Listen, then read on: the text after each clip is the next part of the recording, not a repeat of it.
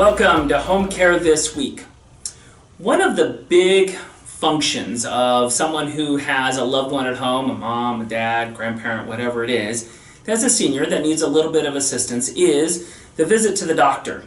And when they're there, that visit to the doctor, there is actually some real strategies and some real tactics when you're there to handling that whole situation.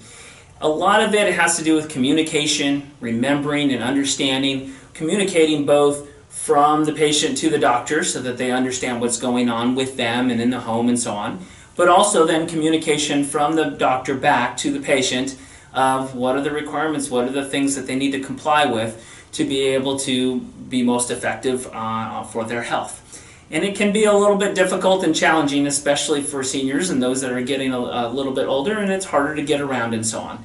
And there are some, again, very specific things, and so I sat down with my case manager, Eileen Jordan, a lot of experience taking clients and patients to the doctor and then navigating and understanding that whole arena and the strategies of how you should do that and what's the most effective way. And here's what she said.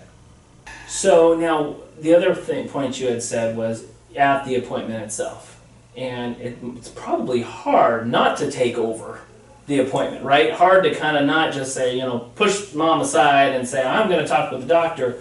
But you're saying that would be tough on mom if I kind of took over that appointment. That's a little nuance. It's got to be tough. It is, and how much you take over really depends on the patient. It's actually easier with your mom and dad in some ways because you know them so well. I take many clients to the doctor and I handle each one differently. And sometimes I handle each doctor visit differently, depending on what's going on. But then on the other hand, when it's your mom or your dad, there is that tendency to just go in, okay, mom, step aside, I'm taking over. I don't recommend it, you get pushback. I get way more pushback with my mom and dad than I do with my clients. And so you want to be sensitive to that. The issues that you really need to concentrate on is hearing and cognitive and memory. If your parents don't hear well, make sure they're understanding what the doctor says. A subtle way of doing this is, and actually I recommend this, is question the doctor in your loud mom voice. So what you're saying is that she should only take these medications, such and such. Mom, what do you think about that? So you're bringing them in. Okay. And so kind of a repeat back, and as opposed to taking over, now bringing mom in, but in a way that the doctor might not, because he or she's not thinking of this, having a memory issue, but you're really kind of emphasizing something that that they may not have gotten. Exactly. Another thing to take notes, take copious notes. Do not think you're going to remember everything.